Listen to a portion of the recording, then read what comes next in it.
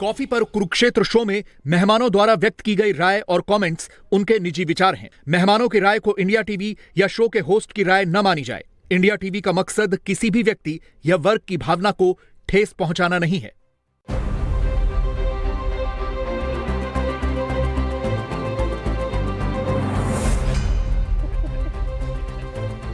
नमस्कार, बहुत स्वागत है आप सभी का। आप देख रहे हैं आपका प्रोग्राम कॉफी पर कुरुक्षेत्र। व्यूअर्स, मैं हूं सौरभ शर्मा, रोज की तरीके से आपके साथ, जहां बातें करते हैं बिल्कुल खुल्लम खुल्ला। और आज तो ऐसा मुद्दा हमारे पास है, ऐसा टॉपिक हमारे पास है जिसकी चर्चा दूर दूर तक होगी, इसमें कोई शक नहीं है।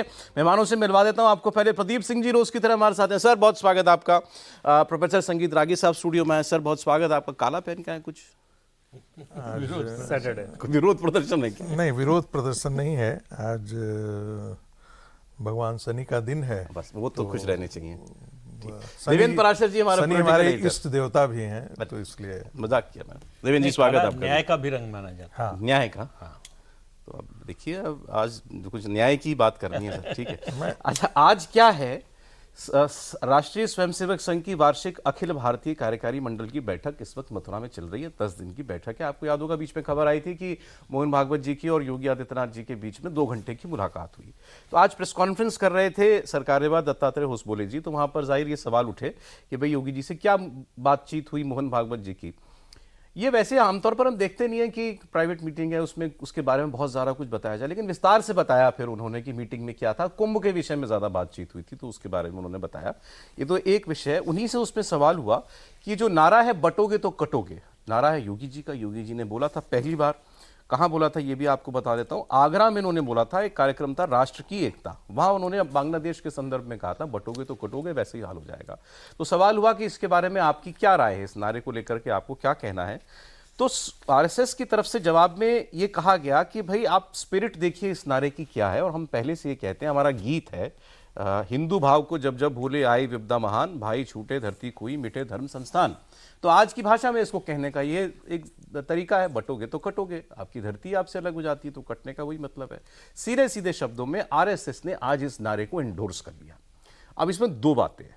एक तो नारा बटोगे तो कटोगे, दूसरा किसने दिया, योगी आदित्यनाथ ने दिया। संघ का उसको पूरी तरीके से एंडोर्स करना कि हाँ ये आज के दिन में एक बिल्कुल रेलेवेंट नारा एक हो सकता है किसी का, तो ये अपने आप में एक बड़ी बात है। आप जब पहले मोदी जी ने भी महाराष्ट्र में कुछ अपनी जो रैली की थी, उसमें उन्होंने मंच से कहा था बटोगे तो सामने वाले महफिल सजाएंगे। उसी वक्त से मेरे को लगा मोदी जी योगी जी का नारा जो है ये बोल रहे हैं। पूरा उन्होंने नहीं बोला उसको, लेकिन लगभग वैसी भावना थी। फिर मोहन भागवत जी का भी एक स्टेटमेंट आया था ऐसा ही कुछ। तो अब ये बात है कि क्या योगी आदित्यनाथ का नारा भारतीय जनता पार्टी की ऑफिशियल वॉर क्राई है, और अगर ऐसा है तो फिर इसके बहुत सारे मायने हैं। आपका क्या कहना है? नहीं, देखिए, मैं व्यक्तियों से जोड़कर इस तरह के नारे को नहीं देखना चाहिए। मैं देखता नहीं हूं, मैं अपनी बात कह रहा हूं। लगभग 40 साल पहले विश्व हिंदू परिषद और अशोक सिंघल ने नारा दिया था जय श्री राम का। वो सांस्कृतिक राष्ट्रवाद का नारा था, और इस नारे को मैं उसी रूप में देखता हूं। ये राष्ट्रवाद और राष्ट्रीय एकता का नारा है। इसमें धर्म आप देखने की कोशिश कर सकते हैं, और देख भी रहे हैं लोग, और देखेंगे भी। लेकिन दरअसल ये देश की एकता का नारा है, देश की अखंडता का नारा है। ये बताने की कोशिश है कि इतिहास में जो हुआ उसकी याद दिलाने की कोशिश है कि जब जब बटे हैं तब तब हमारे साथ क्या हुआ है, कितना बड़ा देश था और अब कितना बड़ा रह गया है, ये बटने की वजह से। और अंग्रेज़ों की तो खुली पॉलिसी थी, डिवाइड एंड रूल। तो उसमें ऐसा तो है नहीं कि पहली बार हो रहा है, और ऐसा भी नहीं है कि इसका नतीजा कभी अच्छा हुआ हो, हमेशा ही बुरा हुआ है।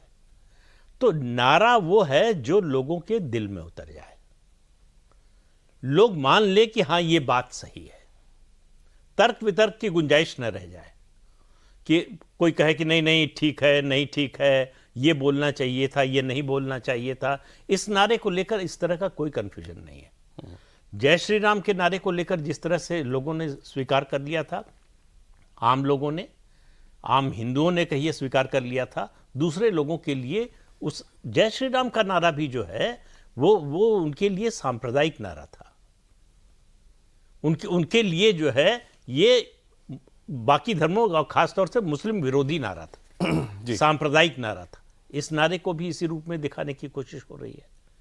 तो ये नारा योगी जी ने जो दिया, आप समय देखिए। राजनीति में आपने भी देखा होगा, सबने महसूस किया होगा, टाइमिंग का बड़ा महत्व होता है। आप सही बात गलत समय पर कह दें, उसका इंपैक्ट नहीं होगा, उसका असर नहीं होगा।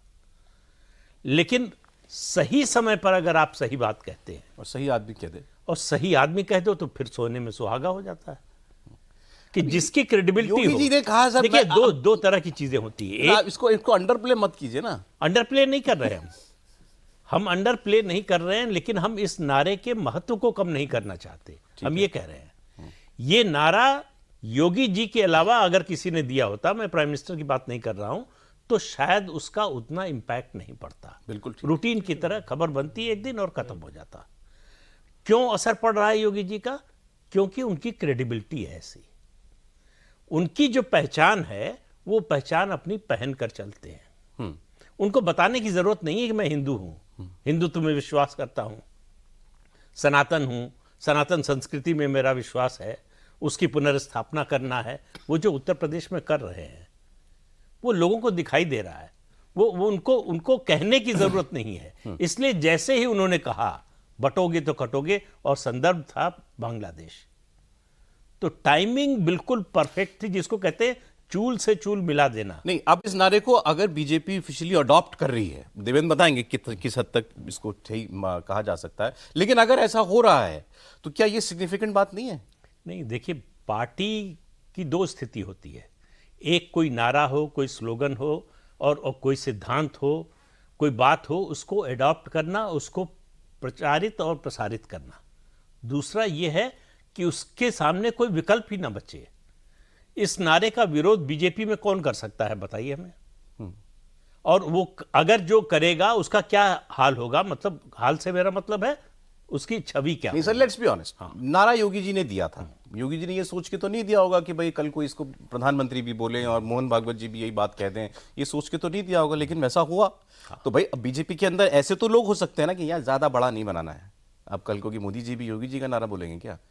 ऐसा ये सोच वाले लोग तो होंगे ना। नहीं, लोग कमी नहीं है उनकी, ऐसे लोगों। तो फिर मैं मानता उसके हूं कि बावजूद ये हो रहा है। 1998 से 2004 का जो शासनकाल था बीजेपी का, वो अपॉर्चुनिटी लॉस्ट जिसको कह सकते हैं वो था।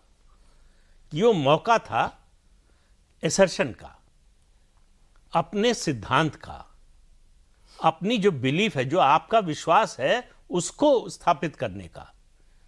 उस समय जो है पार्टी और सरकार सब जो है सेकुलर बनने की होड़ में लग गए।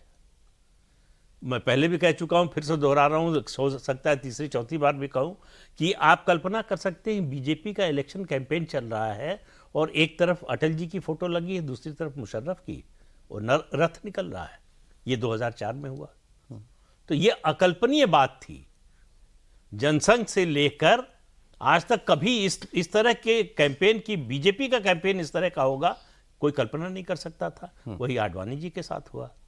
देखिए, आडवाणी जी ने जो बोला वो गलत है, सही है, सवाल इसका नहीं है। आडवाणी जी ने बोला, यही बात बीजेपी का कोई और नेता जाकर बोलता तो शायद वो खबर भी ना बनती, या बनती तो कहीं सिंगल कॉलम जो है एक दिन के लिए बन गई होती। लेकिन आडवाणी जी से यह अपेक्षा नहीं की जाती थी, इसलिए वो खबर बड़ी हो गई। इसलिए लगा कि वो अपनी विचारधारा को एक तरह से चैलेंज कर रहे हैं, छोड़ रहे हैं, या उससे दूरी बना रहे हैं, इस रूप में देखा गया।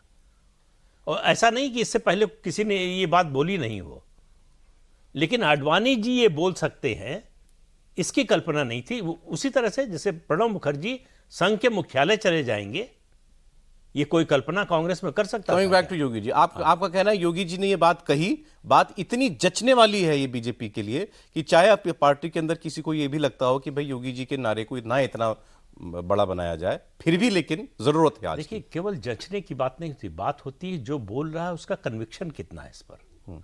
वो स्ट्रेटजी के नाते बोल रहा है, चुनावी फायदा उठाने के लिए बोल रहा है, या उसका कन्विक्शन है ये। जब उन्होंने उत्तर प्रदेश विधानसभा में कहा कि मैं हिंदू हूं, मैं ईद नहीं मनाता, किसी ने एतराज किया क्या? ये उनका कन्विक्शन था। ये वो किसी पॉलिटिकल कॉन्स्टिट्यूंसी को एड्रेस नहीं कर रहे थे। इस जीवन को, इस सिद्धांत को वो जीते हैं, इसलिए उनकी बात का असर ज्यादा हुआ। ठीक देवेंद्र, लेकिन ये तो नारा तो आज तो पोस्टर छप रहे हैं महाराष्ट्र के अंदर, बटोगे तो और कटोगे। उससे थोड़ा आगे भी, ऑफिशियली नहीं लेकिन अनऑफिशियली अभी जो गाना तैयार हुआ है, कन्हैया मित्तल ने तो तैयार किया है, बटोगे तो कटोगे इस नाम से। उसमें शिवाजी के बहुत सारे क्लिपिंग वगैरह लगा के यूट्यूब पे उसको जारी किया गया है, और अगले 2 दिन के अंदर आप देखेंगे कि महाराष्ट्र के हर मोबाइल में आपको ये नज़र आएगी। सोशल मीडिया पर ऑलरेडी उसको दे दिया गया है। बीजेपी की तरफ से ऑफिशियली नेचुरली नहीं किया जा रहा है, लेकिन जो बीजेपी सिंपैथाइज़र हैं, बीजेपी के जो लोग हैं, उनसे एकदम समझ में आ रहा है कि वाइडली स्प्रेड करने वाली जो कोशिश होती है वो किया जा रहा है। और समझा जा सकता है कि कास्ट के नैरेटिव को अगर काउंटर करना है, इसको शुद्ध रूप से राजनीतिक तौर पर ही इसको समझना चाहिए कि जिस प्रकार से अपोजिशन कास्ट का नैरेटिव लगातार चलाने की कोशिश कर रहा है, राहुल गांधी जिस हद तक जा रहे हैं, उसको काउंटर करने का यही एक उपाय था। तो उस बैकग्राउंड में अगर इतना कैची स्लोगन आपको मिले तो समझा जा सकता है कि कोई भी उसको अपनाएगा, कोई भी उसको इंडोर्स करेगा। भाव तो ऑलरेडी यही है, चाहे बीजेपी की बात कर लें, संघ की बात कहना कर तो लें, यही चाह रहे हैं। सबको भाव ऑलरेडी है भी वो पहले से, ऐसा नहीं है कि कोई नया भाव आ गया है, यही भाव तो रहा ही है। सफलता का कारण भी यही रहा है कि जब जब ये चीज़ें हुई हैं तो सफलता हासिल हुई है, जब जब उसमें बिखराव हो गया है तो फिर दिक्कत आती है। इस बैकग्राउंड में वो बहुत ज़रूरी था। योगी आदित्यनाथ ने उसको कहा, एकदम कैची तरीके से कहा। उसके बाद सबको ये समझ में आ गया कि हाँ, इस लाइन को आगे बढ़ाया जाए। और जैसा कि मैंने आपको कहा कि वो गाना अभी भी मेरे पास भी आ गया है, वो यूट्यूब पे बाकायदा गाना बनाया गया है कन्हैया मित्तल द्वारा, और उसको स्प्रेड किया जाएगा। आप हो सकता है क्या कि ये प्राइम मिनिस्टर हो यही 3 शब्द बोल दें किसी रैली में? मुमकिन लगता है आपको? नहीं, ये इस तरह वाला तो नहीं है। प्रधानमंत्री एक हद तक चीज़ों को राजनीतिक चश्मे से देखते हैं, लेकिन उससे आगे शब्द उनका अपना होगा एकदम। और आपने देखा भी कि 2 दिन बाद हाँ, उन्होंने उसको जो बोला था वो थोड़ा वो सीधे समझाने वाले तरह के, भाई आप बटेंगे दूसरे महफिल सजाएंगे, वही लाइन रहेगी। अमित भाई इस लाइन पे आएंगे भी नहीं। लेकिन हिंदुत्व वाली और एकता वाली बात पे तो आप कह सकते हैं कि उन लोगों के जहन में रहता है एकदम से, और ये कोई नई चीज़ नहीं है। जैसा कि सर ने बताया कि 40 साल पहले हुई है, ये सारी चीज़ तो फाउंडेशन ही वही है। लेकिन बैकग्राउंड अभी बहुत जरूरी इस लिहाज से था कि राहुल गांधी बार बार ये कोशिश कर रहे थे कि किसी तरह से कास्ट के आधार पर डिवाइड कर दीजिए। उसको काउंटर करने के लिए ऐसे कैची लाइन की जरूरत थी, वो मिला। अब हरियाणा में अभी बोला, योगी जी ने बोला, और जहां जहां वो गए वहां पर बीजेपी को कामयाबी भी मिली। तो एक किस्म का जो पहला वाटर टेस्टिंग इसकी जो थी वो हो चुकी हरियाणा के इलेक्शन के अंदर। शायद इसीलिए इसको इतने मेजर पैमाने पर लॉन्च करने की तैयारी है महाराष्ट्र में। देखिए, मैं इसे राजनीति के चश्मे से नहीं देखता। मुझे इसमें आप तीनों ने कोई इस प्रोग्राम से पहले आपस में मीटिंग की है क्या? नहीं, मैं राजनीति से ही देख रहा हूँ। मैं देखिए, कुछ चीज़ें होती हैं जो हम लोग ज्योमेट्री में पढ़ाते हैं और पढ़े रहे हैं। कुछ चीज़ें होती हैं स्वयं सिद्ध प्रमेय, उसको आपको सिद्ध करने की ज़रूरत नहीं होती है। जैसे 3 कोण है तो तीनों को मिलाकर के 180 डिग्री होगा त्रिभुज का। तो यह एक, मैं जोगी जी के इसे नारे को मत देखिए, जैसा कि प्रदीप जी ने कहा, यह राष्ट्र को जोड़ने का संकल्प सूत्र है। इसे मूल सूत्र, हम मूलाधार की तरह हम लौट रहे हैं। और यही बात आद्य सरसंघ चालक परम पूजनीय हेडगेवार जी ने दिया था राष्ट्रीय स्वयंसेवक संघ को। हिंदू संगठित रहेगा तो हम इस देश का उद्धार होगा। हिंदू विघटित होगा तो जिस प्रकार से इतिहास में हमें पराजय मिला है, वो उस पराजय को हमको देखने के लिए मिलेगा और हम खंडित होंगे। मैं बार बार ये जिक्र करता हूँ, कई बार लोग, हमारे मित्र लोग कहते हैं कि आखिर हिंदू इतना दिन में मिटा नहीं। कैसे नहीं मिटा भाई? हमारी सीमाएं ईरान तक जाती थीं, हमारी सीमाएं बर्मा और रंगून तक हुआ करती थीं। आज हम कितना सिमट गए हैं, जिसे आप कहते हैं गजवाए हिंद होना। आपका 2/3 हिस्सा गजवाए हिंद हो चुका है। अफगानिस्तान में आप खत्म हो चुके। अफगानिस्तान में आपको न मस्जिद न मंदिर बचे हैं, न गुरुद्वारे बचे हैं। पाकिस्तान में हमारे हजारों मंदिर होते थे, आज गुनती पर गिन करके 25 या 32 मंदिर वहां पर बच गए हैं। बांग्लादेश की स्थिति आप देख रहे हैं। तो ये तो इसका एक पक्ष हुआ। महत्वपूर्ण बात है कि हिंदू समाज यदि विघटित रहा तो आने वाले दिनों में शक्तियां हमें तोड़ करके रख देंगी, और वो यही चाहती हैं। और इसका इसीलिए राष्ट्रीय स्वयंसेवक संघ ने कहा, भाई हिंदू समाज को संगठित करो। हिंदुत्व तो राष्ट्रीय बोध है। ये राष्ट्रीय बोध जितना तत्व मजबूत होगा उतना ही ये देश मजबूत इस होगा। नारे में वो दम है। मैं कह रहा हूं, इस नारे, देखिए कोई नारा एक्सेप्ट कब होता है? जब जमीन उसकी तैयार रहती है। जमीन तैयार कब होता है? जब लोगों का मन तैयार होने लगता है। जब आडवाणी जी ने कहा कि ये छद्म धर्मनिरपेक्षता है, तो बड़ा लोगों ने कैच कर लिया Pseudo सेक्युलरिज्म। क्यों? क्योंकि ये उनका दिया हुआ था। हाँ, अच्छा। जब इतने दिनों में कांग्रेस पार्टी के सेक्युलरिज्म को लोगों ने कहा, बोला आडवाणी जी जो जा रहे हैं, बोल रहे हैं, बात तो बड़ा सच्चाई है। ये कांग्रेस पार्टी साहबानों के मुद्दे पर तो ऐसे कर देती है, मुस्लिम धमकी देते हैं और ये पैरों में उनके घुटने टेक करके देती है। ये लोग जो है शाही इमाम के पास मस्जिदों में जाकर के घुटने टेकते हैं और ये कहते हैं सेकुलरिज्म है। और जहां हमारे भगवान राम की पुण्य भूमि है, वहां पर एक बर्बर आता ताई आकर के हमारे मंदिर को तोड़ करके ऐसे 40,000 मंदिरों को तोड़ दिया है और उस पर हम अपने भगवान के मंदिर की प्रतिस्थापना करना चाहते हैं, तो उसका ये विरोध कर रहा है और कांग्रेस पार्टी ऐसे तत्वों के साथ खड़ी हो जाती है। तो उसके लिए पहले जमीन थे। आपने देखा होगा कि केजरीवाल ने ऑड इवन लाया नारा। ऑड इवन नारा से पहले आपने देखा था कई बार टेलीविजन पर फेफड़ों का दिखाया गया कि इतना प्रदूषण हो गया है कि आपके फेफड़े पहले ऐसे लाल हुआ करते थे, अब ये काले हो गए हैं। सब कोई डर गया, अरे यार हमें भी फेफड़े का कैंसर हो सकता है, हमें भी ब्रीदिंग को प्रॉब्लम हो सकता है, चलो ये ला रहा है, हमारे भले के लिए ला रहा है। ये वैसा ही कुछ संदेश है कि यदि तुम बटे तो तुम बांग्लादेश की स्थिति तुम्हारी होगी, पाकिस्तान में जो तुम्हारी स्थिति हुई थी, अफगानिस्तान में तुम्हारी स्थिति हुई थी, और आज के दिनों वहां क्यों जा रहे हैं? जम्मू कश्मीर जम्मू कश्मीर तो छोड़िए, आज के दिन में आप पश्चिम बंगाल का एक हिस्सा उसी स्थिति में आ गया है। आप पश्चिमी उत्तर प्रदेश का एक हिस्सा योगी सरकार आज आप माइनस कर दीजिए, फिर आप देखिए तहलके क्या होते हैं। तो आप कह रहे हैं सारी वो जमीन है जो तैयार हो गई इस नारे के लिए। आप आसाम का एक हिस्सा आप हेमंत विश्व शर्मा को माइनस कर दीजिए, फिर आप देखिए इस देश में क्या तमाशा होता है। बिहार के अंदर जो सीमांचल क्षेत्र है, आप वहां वही तमाशा आप देखेंगे।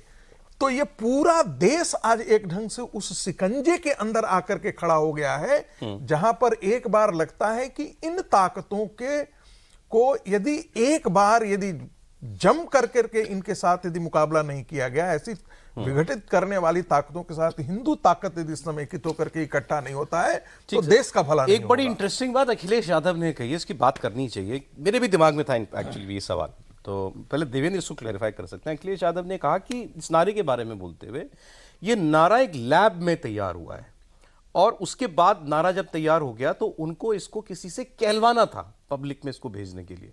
तो योगी आदित्यनाथ जी से बेहतर और कौन हो सकता था, क्योंकि उन्होंने कहा उनकी छवि ऐसी ही है, तो उत्तर प्रदेश के मुख्यमंत्री से इस नारे को कहलवाया गया है, लॉन्च किया गया है योगी जी के मुंह से। नारा तैयार शायद बीजेपी ने कराया कि भाई ये नैरेटिव दीजिए इस बार। नहीं, ऐसा नहीं हो सकता। और मतलब इससे उसमें दो उनकी चीज, राजनीतिक समझ हाँ, पता बहुत उसमें बहुत ही सतही कॉन्स्पिरेसी थ्योरी जबरदस्ती का। योगी आदित्यनाथ के अगर मतलब ये तब होता ना जो योगी आदित्यनाथ के अंदर ऐसी क्षमता नहीं होती, जिस कदर वो वक्ता हैं और हिंदुत्व को जैसे जीते हैं, उनको ऐसी चीज अगर कहनी हो तो उनको कहीं और से ट्रेनिंग लेने की जरूरत है। नहीं, ट्रेनिंग का सवाल नहीं है। योगी जी की भी स्पीच कोई लिखता होगा और इसमें कोई ऐसी बात नहीं कि आप ये नहीं कर सकते या आप कोई नारा नहीं दे सकते। नारे तो पीछे लोग बैठे होते हैं, मैंने वो बात ठीक है, वो लोग कॉइन करते हैं। लेकिन किसी भी नेता, योगी जी ही नहीं, किसी भी नेता की स्पीच जो लिखी जाती है उसको अप्रूव नेता करता है, मान लिया उस बात को, और उसी को करता है जिस पर उसका कन्विक्शन हो। ये कुछ नेता ऐसे होते हैं ना, जैसे प्रधानमंत्री मोदी, योगी आदित्यनाथ, इनको इन सब चीजों के रिसर्च के लिए जरूरत पड़ जाती है, लेकिन बाकी चीजों के लिए ऐसी लाइन बोलने के लिए उनको जैसे आपने कहा कि बोलते हैं। इस नारे को एक डिविजिव नारे के तौर पर भी देखा जा रहा है कि भाई आप कह रहे हो एकता का है ये नारा, कोई दूसरे नजरिए से इसको बांटने वाला नारा भी, हिंदू मुसलमान करने वाला नारा भी देख रहा होगा। तो भाई ये बात अब मोदी जी तो नहीं बोल सकते, देखिए, अब ये बात प्राइम मिनिस्टर तो बोलेगा नहीं, तो फिर कैसे लॉन्च करें इसको? क्योंकि अगर बीजेपी इसको ऑफिशियली बोलेगी या कहती तो फिर प्राइम मिनिस्टर को भी बोलना पड़ता, सबको बोलना पड़ता, वो नहीं हो सकता। हाँ, योगी आदित्यनाथ बोल सकते हैं, इसीलिए योगी जी को दे दिया गया कि आप बोलिए। योगी जी को कोई नारा दिया नहीं जा सकता, खासतौर से हिंदुत्व विकास की बात हो अलग बात है, हिंदुत्व से संबंधित नारा देने की क्षमता जो है बीजेपी में इस समय किसी की नहीं है। इधर से रोकना उनसे पड़ेगा, कहा जाएगा रुक कि आप ये जाइए। बोल दीजिए तो वो बोल देंगे। तो इसका मतलब है कि इतने दिन तक असेंबली में रहे अखिलेश यादव, वो समझ नहीं पाए योगी जी को, और इतने दिन तक, इतने समय से, मतलब शुरू से ही उत्तर प्रदेश की राजनीति कर रहे हैं। वो न तो गोरक्ष पीठ को समझते हैं, न हिंदुत्व को समझते हैं, और न ही योगी जी को समझते हैं। अगर वो समझते तो कम से कम ये बात न, उस नारे की आलोचना वो करें, वो समझ में आती बात कि वो राजनीतिक विरोधी हैं, आलोचना करेंगे। लेकिन ये कि एक लैब में तैयार हुआ, वो कम से कम ये नहीं हुआ कि देखिए ये है टेस्ट ट्यूब, इसी में तैयार हुआ था। Test tube baby. Saurabh ji, ये नारा निकला कैसे? योगी जी ने इसको अपनी आवाज दी, लेकिन ये नारा क्यों निकला? 2024 के चुनाव ने सारे बादल छांट करके हर क्लियर कर दिए, आंखें खोल दी, आंखें खोली।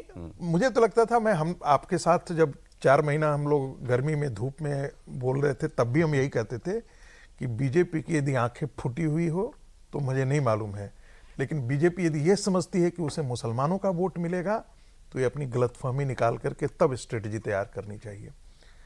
लेकिन भारतीय जनता पार्टी को, एक बार मैंने इधर ही टेलीविजन डिबेट में कहा, और मैं इसे पुनः आपके मंच पर भी दोहरा रहा हूं, कि राष्ट्रीय मुस्लिम मंच और उनके माइनॉरिटी प्रकोष्ठ, उन दोनों की सदस्यों की संख्या को जोड़ दीजिए, और माइनॉरिटी के इनके जो वोट्स मिले हैं उनको जोड़ दीजिए। मैं आपको यकीनन एक गौर कह सकता हूं, मेरे पास डेटा भी है, मैं उस डेटा को रिवील करने वाला हूं, मेरे पास वो डेटा भी है। मेंबरों से कम वोट मिले, मेंबरों से कम वोट मिले हैं। यह चौंकाने वाली बात है कि जहां पर आपका माइनॉरिटी प्रकोष्ठ काम कर रहा है वहां सदस्यों की संख्या कम है, लेकिन वहां भी आपको वोट नहीं मिले हैं।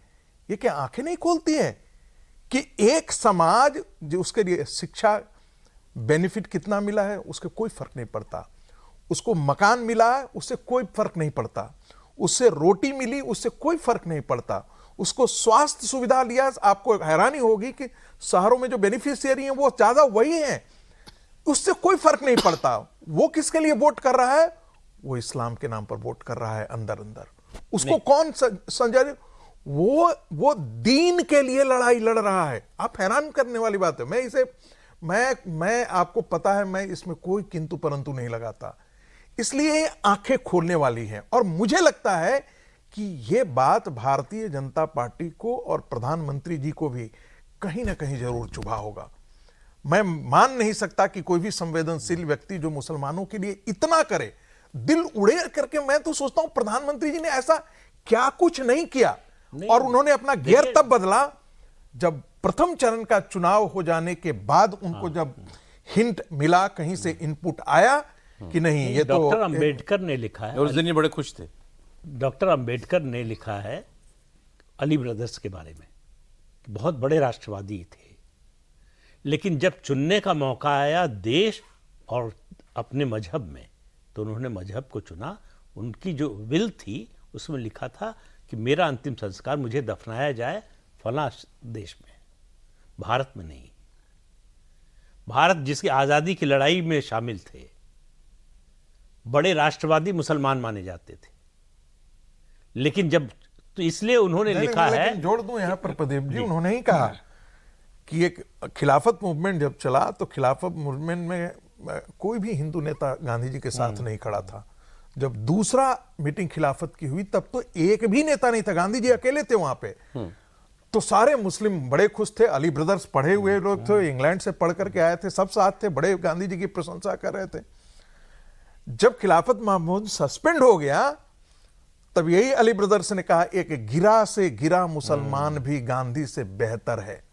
आप ये सोच सकते हैं, एक गिरा से गिरा मुसलमान भी किनके वर्ड्स थे? अली ब्रदर्स के थे।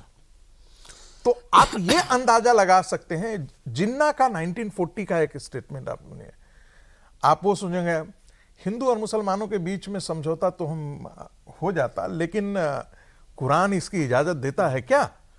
अब आप ये जो माइंडसेट है, हमको कुरान की व्याख्या मौलाना से ज्यादा मैं नहीं जानता हूं, इसका मतलब है कि आपके लिए इस्लाम बहुत महत्वपूर्ण है, बाकी सारी चीजें, ये सब जो कहा जाता है ना, जी। गंगा जमुनी तहजीब, गंगा, अरे गंगा कौन और जमुना कौन है भाई? आपसे मुझे सवाल आज तक हम नहीं लोग एक समझ बार में पहले आया। इस नारे पर तो हाँ, इस नारे पर भी हमने एक बार पहले बात की थी, लेकिन जैसे अभी आप जय श्री राम की बात कर रहे थे कि नारा अशोक सिंघल जी ने दिया था, वो हो गया, लोगों ने उसको राम राम जी जैसी जगह दे दी है अपने जीवन में। भाई मिलते हुए जय श्री राम कह दो किसी को। अब वो पॉलिटिकल स्पीच में भी जो नारा वो फिट है, वो मंदिर के अंदर भी वो नारा चल जाता है। इसमें वो बात है क्या, वो ट्रैक्शन मिलने वाली बात है क्या? क्योंकि सवाल मुझे आया, तो देवेंद्र इस पर बोलने पहले, ये सिंह जीजाजी करके एक हैंडल है, उससे किसी ने ट्वीट किया है, बीजेपी के प्रवक्ता इस नारे को लेकर तनिक डिफेंसिव दिखाई देते हैं, है क्या? इसमें दो चीज़ें हैं सौरभ, जैसे कि पहले मैंने कहा था कि ऑफिशियली इसको नहीं किया जा सकता और ऑफिशियली आपको एक कायदे से ही करना होगा, और कि भाई हम इस रूप में नहीं कर रहे हैं, धर्म के हिसाब से नहीं कर रहे हैं, और इसमें राष्ट्र की एकता की बात, ये सारी चीज़ें ऑन रिकॉर्ड तो आपको यही कहना होगा। पर्दे के पीछे जो सिंपैथाइज़र हैं उसको शुद्ध रूप से राजनीतिक तौर पे इसको हिंदुत्व के मुद्दे पर ही आगे बढ़ाने वाले हैं और बढ़ाया जा रहा है। जैसे कि मैंने महाराष्ट्र का आपको उदाहरण भी दिया कि किस प्रकार से गाना तैयार किया गया है, उस गाने को स्प्रेड किया जाएगा और ये हर लेवल पे किया जाएगा, नीचे तक किया जाएगा। और ऐसा करना इस लिहाज से ज़रूरी है, जैसे माइनॉरिटी वोट के कंसंट्रेशन की बात करें तो ऐसा तो नहीं है ना कि ये पहली बार इस चुनाव में हुआ है, पहले लोकसभा में हुआ, हर बार ही होता रहा है। इस बार नया क्या हुआ? इस बार नया ये हुआ, खासतौर पे 14-19 की तुलना में अगर आप देखें तो इस बार नया ये हुआ कि कास्ट के आधार पे हिंदुत्व वोट वाले वोट में बंटवारा हुआ, उसको आपको इस रोकना बार है। नया इसलिए लग रहा है देवेंद्र जी कि 10 साल में जो किया है प्राइम मिनिस्टर ने, उनकी सरकार ने, बिल्कुल, उसके बाद नई तरह की उम्मीद थी, नहीं लेकिन अगर इसलिए ज्यादा आश्चर्य हुआ। नहीं, ये लेकिन उस मुझे नहीं पर कोई लगता आश्चर्य कि- नहीं है कि मुसलमानों ने वोट नहीं दिया लेकिन बीजेपी दो को। चीज़ मैं कहूँ, जैसे मुझे ये नहीं लगता है कि बीजेपी के किसी नेता को ये भ्रम था। प्रधानमंत्री मोदी जब बैठक में कह रहे हैं कि पसमानदा आउटरीच आप करें लेकिन वोट की उम्मीद ना करें, तो कहाँ कोई भ्रम रहा होगा? मुझे भी नहीं लगता बहुत- कि बहुत किसी को भ्रम उम्मीद था। हाँ। और छोड़ दिए, प्राइम मिनिस्टर उम्मीद करते होंगे मुझे मुस्लिम वोट मिलेगा, मुझे तो इतना नहीं लगता। राजनीतिक नहीं नहीं नहीं तो रहता है नहीं, ना। देखिए इस बात को समझिए, ये प्रधानमंत्री ये उम्मीद नहीं करते थे कि मुसलमान बीजेपी को वोट देगा। क्यों किया फिर इसलिए इस सबको? केवल इस उम्मीद में कि जिस तरह से वो ये तय करके वोट देता है कि सिर्फ उसी को वोट देंगे जो बीजेपी को हराएगा, राय तो ये कटुता जो है निकल जाए। मुसलमान की पसंद की कोई भी पार्टी, कोई भी उम्मीदवार हो, उसको वो वोट दे, उसमें कोई एतराज नहीं है। हमको वोट न दे, इस पर भी एतराज नहीं है, लेकिन सिर्फ हमको हराने के लिए वोट दे, ये मानसिकता बदले। इसके पीछे सिर्फ इतना, मुझे तो इतना ही उद्देश्य नजर आता नहीं, है। लेकिन किस मुसलमान स्टेट बीजेपी को इलेक्शन वोट में देगा, ऐसा नहीं ये हुआ? संभव नहीं है। किस लोकसभा चुनाव में ऐसा नहीं हुआ? किस स्टेट इलेक्शन और में सर ऐसा राम नहीं मंदिर हुआ? के बाद कहाँ वोट नहीं पड़ रहा होता था है? सर, देवेंद्र जी, राम मंदिर के बाद वोट कर रहा था, वो वोट हो रहा था, मतलब, और राम मंदिर को जिस के कार्यक्रम को, और मतलब राम मंदिर बनने को, राम मंदिर के फैसले को जिस तरीके से लिया गया मुस्लिम समाज में, किसी को भ्रम नहीं होना चाहिए कि सबको, ज्यादातर लोगों को लगा कि हमारी मस्जिद की जगह 14 के मंदिर बाद खड़ा हो गया। बीजेपी की सफलता तो हमेशा सौरभ, इस भ्रम में रही है, जब जब सत्ता में आती है तो और ज्यादा भ्रम में। 14 के बाद सौरभ देखिए, बीजेपी की मैं- सफलता ही हुई है हिंदुत्व के एकीकरण पे, एकता पे। इस बार इसमें बिखराव हुआ, अदरवाइज देखिए, सारे मैं- लोकसभा, सारे विधानसभा, कहीं भी विधानसभा उठा के देख लें, बीजेपी अच्छा काम करती है लेकिन वोट कहाँ मिलता है माइनॉरिटी का? तो इसमें बीजेपी के किसी भी नेता को कंफ्यूजन हो, माइनॉरिटी मोर्चा के जो लोग हैं उनके अंदर कंफ्यूजन नहीं होता। नहीं, लेकिन मैं नहीं देखिए, तो लगातार बात हो रही थी कि आप लोग उम्मीद कर रहे हैं वोट का भी, बोले कि नहीं, लेकिन आउटरीच करना है, खासतौर पे तब जब आप गवर्नेंस चलाते हैं, शासन चलाते हैं, तो वहाँ भेदभाव नहीं कर सकते। दूसरा, आपको ये काम करते रहना है, नहीं, भविष्य दो का अलग जब अलग कुछ सोचें। चीजें। दो- सरकार मैं देवेंद्र- भेदभाव नहीं करे, ये ठीक, लेकिन पार्टी को सोचना पड़ेगा। पार्टी जो है सरकार की तरह से नहीं सोच सकती है। नहीं, लेकिन पार्टी आउटरीच तो करेगी ना, कोशिश तो नहीं, करेगी ना, आज से नहीं, 20 साल बाद, 30 साल ऐसा बाद। है कि आउटरीच किस कीमत पर? आप आउटरीच में इतनी दूर नहीं चले जाएंगे कि अपनों को छोड़ दें, नहीं तो फिर वहां भी सवाल, ये जो बीजेपी 2004 में हारी, उस क्या कारण नहीं, था? लेकिन एक चीज़ और मैं और आपको बता दूं, बड़ा सर ने जो बोला उससे प्रासंगिक है ये कि अपनों को छोड़ने वाली जो आपने बात कही ना, इसी माइनॉरिटी मोर्चा, इसी आउटरीच के मैसेज के बाद माइनॉरिटी मोर्चा ने जब ये तय किया कि वहाँ दिल्ली में एक पसमानदा का बड़ा कार्यक्रम वो करने जा रहे हैं, 10,000 के आसपास संख्या लाके, लोकसभा चुनाव से कुछ महीने पहले, मुश्किल से 1.5-2 महीने पहले, जो सोर्सेज के द्वारा मुझे जानकारी मिली, पार्टी के द्वारा उसको रोक दिया गया। क्यों? कि नहीं, ये नहीं करना है, क्योंकि वहां पे फिर वो पॉलिटिक्स ऑप्टिक्स वाला सवाल आ गया कि फिर ये करेंगे। तो ऐसा नहीं है कि बीजेपी के अंदर कहीं कोई कंफ्यूजन था कि कोई उम्मीद थी कि लोकसभा चुनाव से पहले हमको उम्मीद थी, बाद में झटका लग गया। नहीं। बकायदा उस बैठक को रोका गया था कि नहीं, ये नहीं किया जा सकता। देवेंद्र जी, जितने आंकड़े आ रहे थे CSDS के और बाकी सही लोगों, एक भ्रम आया, और वो भ्रम आया कि भारतीय जनता पार्टी को 8% वोट, 6 से 8% वोट मिलता है लोकसभा के अंदर। फिर आया कि कुछ जगहों पर 30% तक वोट मिला है, कई इलाकों में उन्होंने इस प्रकार के आंकड़े आए।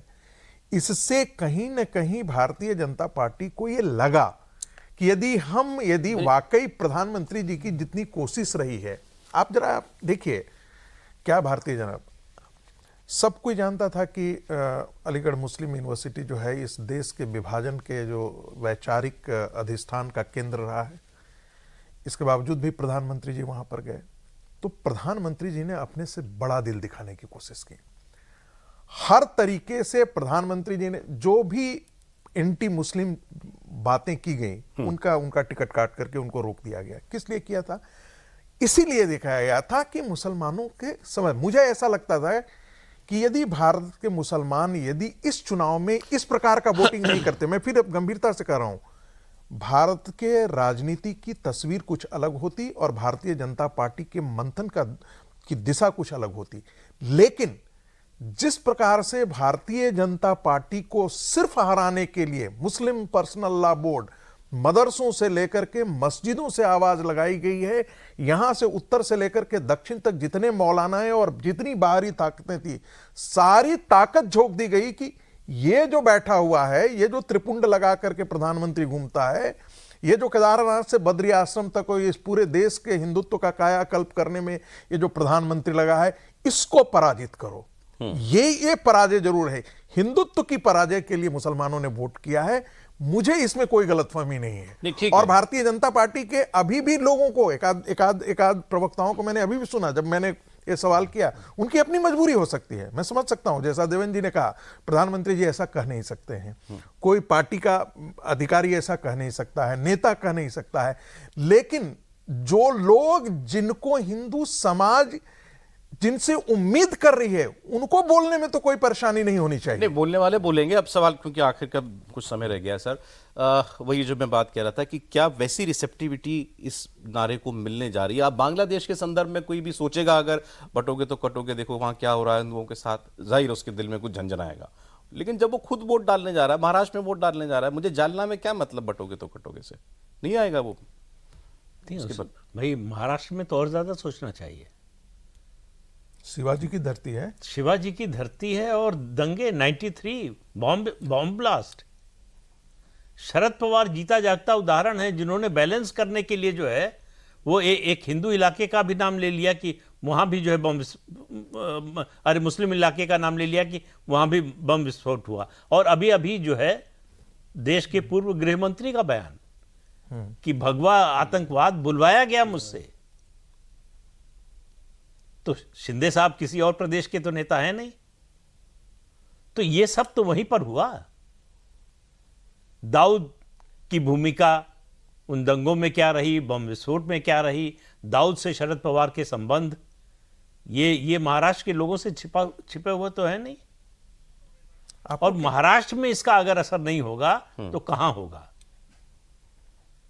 महाराष्ट्र में जिस तरह का, आप मान रहे हैं महाराष्ट्र में नारा चलेगा? बिल्कुल चलेगा। देखिए, चुनाव परिणाम जो है बहुत सी चीजों से तय होते हैं। ठीक है, वो अलग बात है। ठीक है, हम जो है किसी पार्टी के समर्थक हो सकते हैं, लेकिन आप दूसरी पार्टी से खड़े हैं, दोस्ती है हमारी, हम आपको वोट दे सकते हैं। इसका यह मतलब नहीं हमने उस पार्टी को त्याग दिया या उस पार्टी के खिलाफ हो गए। इस तरह के तमाम जो है लोकल मुद्दे, कई चीजें जुड़ जाती हैं, नाराजगी हो जाती है। कुछ लोग तो इसलिए वोट नहीं देते कि हमसे वोट तो मांगने आए नहीं इसी बात पे नाराज हो जाते हैं। तो नाराज होने के लिए जो है बहानों की कमी नहीं है, लेकिन घर घर में फूफा बैठा है, कहां मनाओगे सही बात। तो लेकिन जिस तरह का माहौल केवल देश में नहीं दुनिया भर में बन रहा है, अब आप देखिए सऊदी अरब जैसा देश पॉलिटिकल इस्लाम को छोड़ रहा है। वो कह रहे हैं कि हम ये जो इस्लामिक एक्टिविटी चला रहे थे, ये जो हम इस्लामाइजेशन का कार्यक्रम चला रहे थे, तो अमेरिका के कहने पर कर रहे थे कि रूस को रोकना था। ठीक है। तो ये रियलाइजेशन अगर सऊदी अरब में आ रहा है और भारत के लोगों में ना आए तो ये तो बड़े दुर्भाग्य की बात होगी। 23 नवंबर सब बता देगा। बहुत शुक्रिया सर प्रोग्राम में आने के लिए। प्रोफेसर साहब बहुत शुक्रिया आपका। देवेंद्र बहुत शुक्रिया आपका। कैसा लगा प्रोग्राम आपको जरूर बताइएगा। कॉफी पर कुरुक्षेत्र में आज इतना ही। कल फिर मुलाकात होगी आपसे।